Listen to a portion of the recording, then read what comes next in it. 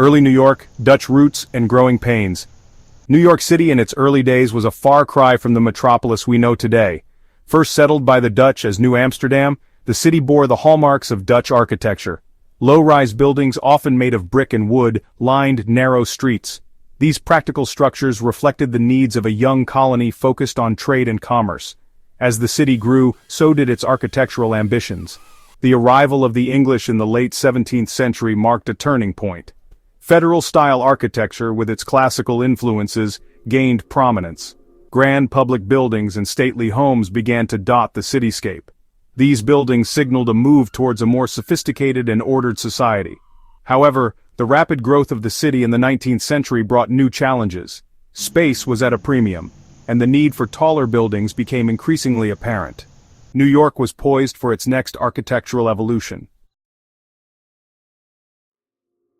Reaching for the sky, the rise of the skyscraper. The late 19th and early 20th centuries witnessed a revolution in New York City's skyline, the rise of the skyscraper. This architectural innovation was born out of necessity. The city's limited land area, coupled with a booming population and economy, demanded buildings that could accommodate more people and businesses within a smaller footprint.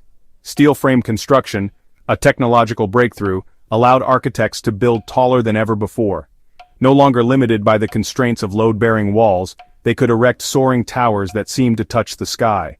The skyscraper quickly became a symbol of New York's ambition and progress.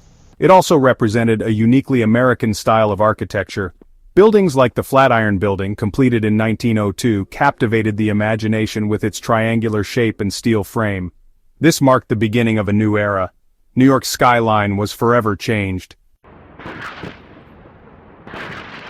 Icons of the skyline, defining New York's image.